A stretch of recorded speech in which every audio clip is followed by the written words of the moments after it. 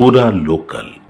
నేను మీ అందరికీ ఒక్కటే ఒక్క భరోసా ఇస్తున్నాను, ధైర్యంగా ఉండండి. కేటీఆర్ గారు నేను మీ జూబ్లీ హిల్స్ని ఆనుకొనే ఉన్నాం.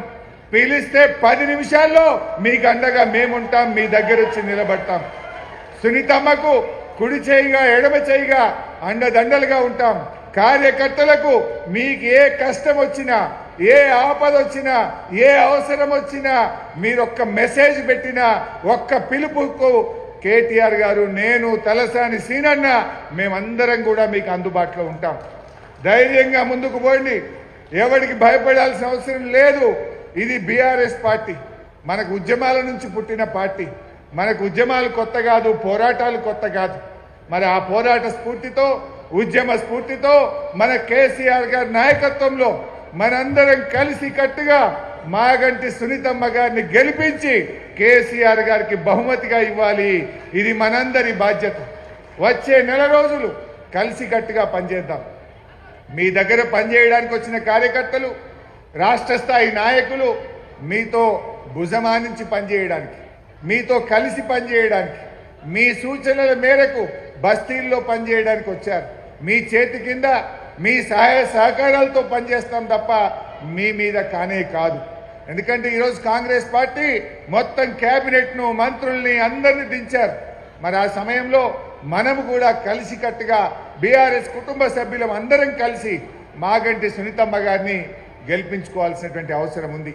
ఇవాళ తమ్ముడు విష్ణువర్ధన్ రెడ్డి ఎంత గొప్పగా మాట్లాడాడో మీరు చూశారు.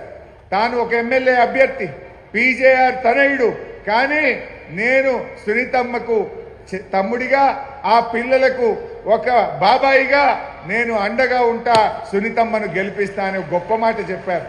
మరి విష్ణును మీరు కూడా ఆదర్శంగా తీసుకోవాలి. అందరూ కలిసికట్టుగా, అందరం కలిసిమెలిసి మంచి మెజార్టీతో గెలిపించారు. నాకు నిన్న మొన్న మన శాసనసభ్యులు, మన కార్యకర్తలు చెప్తున్నారు, అన్న ఎక్కడ పోయినా हर गली में, हर बस्ती में, हर घर में एक ही बात बोल रहे, हम कार के लिए वोट देंगे, केसीआर के लिए वोट देंगे, हम कांग्रेस को हराएंगे।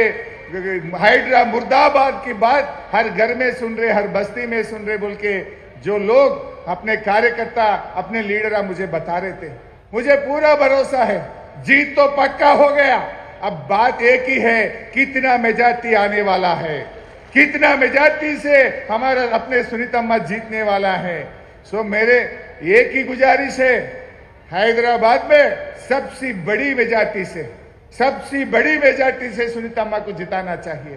क्यों बोले तो जितना अच्छा मेजॉरिटी आया उतना रेवंत रेड्डी मुंह काला हो जाता, उनको मालूम पड़ता लोग कितना गुस्सा में हैं, लोग क्यों गुस्सा में हैं, हाइड्रा के ऊपर गुस्सा है, और शादी मुबारक के अब सोना नहीं दे रहे बोल के गुस्सा में है, बूढ़ा लोगों को 4000 नहीं दे रहे बोल के गुस्सा में है, महिलाओं को महालक्ष्मी नहीं दिया बोल के गुस्सा में है। ये बात कैसा मालूम होता? सिर्फ हराने में नहीं, बड़ी मेजॉरिटी से सुनीतम्मा को जिताने में आपकी भलाई है, पूरा तेलंगाना की भी भलाई है। सो ఈ రకంగా అందరం ముందుకు పోదాం, కలిసిమెలిసి ఉందాం.